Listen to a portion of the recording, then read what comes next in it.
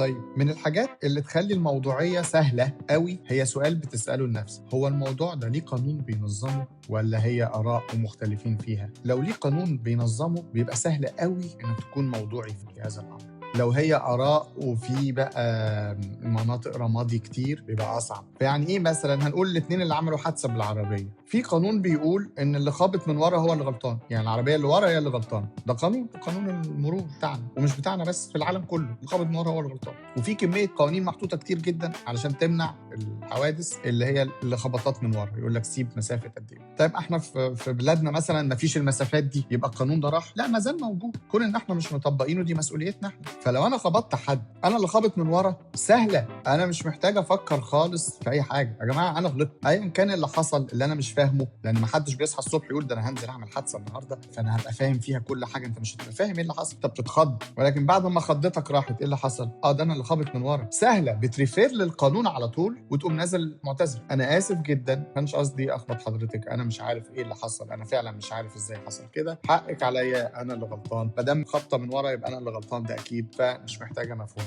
هل في قانون في الشغل بيقول ان اللي بيجي متاخر كذا يوم ورا بعض بيتخصم له يوم؟ يبقى انا لما يتخصم لي يوم ما ينفعش ازعل من زميلي اللي خصم لي، ما ينفعش ادخل الموضوع ده في الجدعنه، ما ينفعش ادخله في الرجوله، ما ينفعش ادخله في الزماله، ما ينفعش ادخله في انه عارف ظروفي وعارف انا باجي من بعيد. كل الكلام ده لو ما فيش قانون والموضوع راجع لحكم زميلي ده بقى ورايه الشخصي، اقدر افكر بقى، يبقى الموضوع صعب. لكن لو في قانون، حاجه مكتوبه متفق عليها من الجميع، طب انا بفكر في ايه؟ فدايما اسال نفسك، هو الموضوع ده ليه طريقه مكتوبه ومنصوص عليها ومعروفه؟ طب ما حلو اهو، خلاص يبقى واضح قوي الصح فين والغلط. ولا الموضوع ده ليه علاقه بالاراء والعرف والاعراف، لان الاعراف دي بتتغير والاراء بتتغير والثقافات بتتغير، وعلى فكره في حاجه تنفع في سن معين في سن تاني ما تنفعش، في حاجه تنفع في بلد معينه في بلد تانيه ما تنفعش. فموضوع الاعراف والعيب وطول عمرنا كنا كده، ده ما يخصنيش خالص، ده ضد الموضوعيه اساسا. لما نتكلم في الموضوعيه بنتكلم بالنسبه لنا احنا،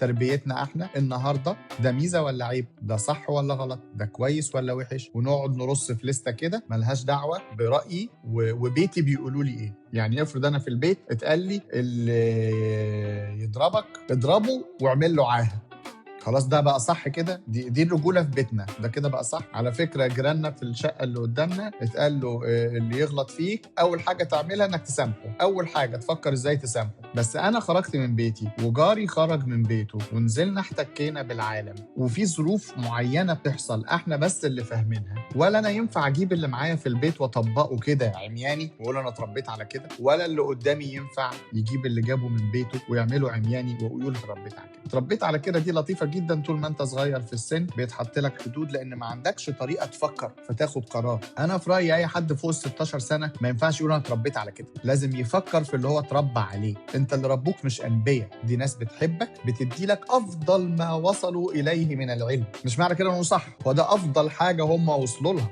مش معنى كده انه صح. انت متعرض لحاجات سابقاهم بكتير، فانت بتاخد اللي اتقال لك في البيت على اللي اتقال لك في المدرسه، على اللي اتقال لك في الشارع، على اللي اتقال لك في المجتمع، على اللي اتقال لك في المسجد، على اللي اتقال لك في الكنيسه، على اللي اتقال لك في الكتب اللي قريتها، تاخد الكلام ده كله وتفكر فيه وبعدين تبقى انت.